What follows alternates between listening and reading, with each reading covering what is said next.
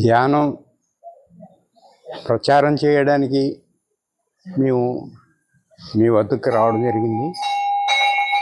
ధ్యానం చేయడం వల్ల కలిగే లాభాలు మీకు వివరంగా చెప్తూ మిమ్మల్ని ధ్యానం చేయమని కోరడానికి మేము వచ్చి ఉన్నాం.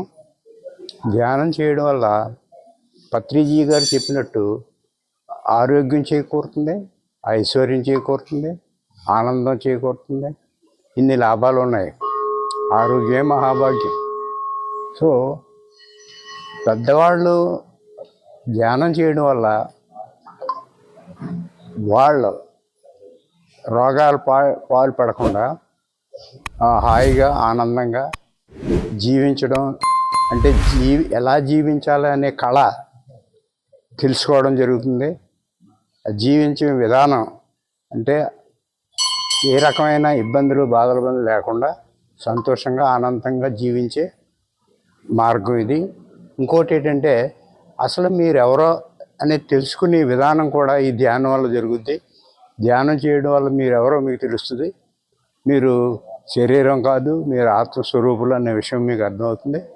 ఇది పెద్దలకే కాకుండా పిల్లలకు కూడా ఈ ధ్యానం చాలా బాగా ఉపయోగపడుతుంది. ఎలాగంటే వాళ్ళకి ఏకాగ్రత పెరుగుతుంది.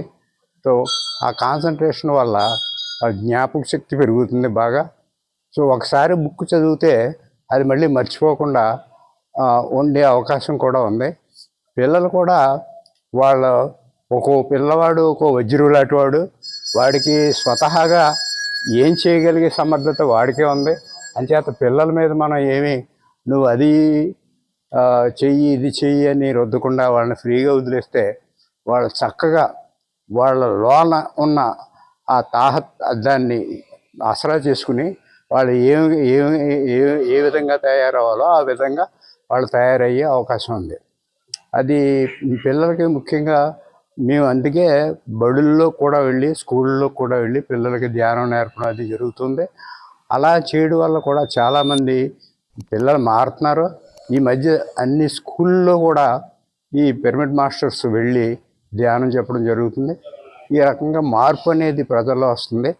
మీరు కూడా ఈ నీలపల్లి గ్రామంలో ప్రజలంతా కూడా ఈ విషయాన్ని గ్రహించి మీరు కూడా సరైన అవగాహనతో దీన్ని అర్థం చేసుకుని మీరు కూడా ఈ ప్రచారం అనే దాన్ని చేస్తూ మాకులాగే తయారవ్వమని మేము అంతా కోరుకుంటున్నాం. ఇది సఫలం అవుతుందని భావిస్తున్నాం. Thank you very much.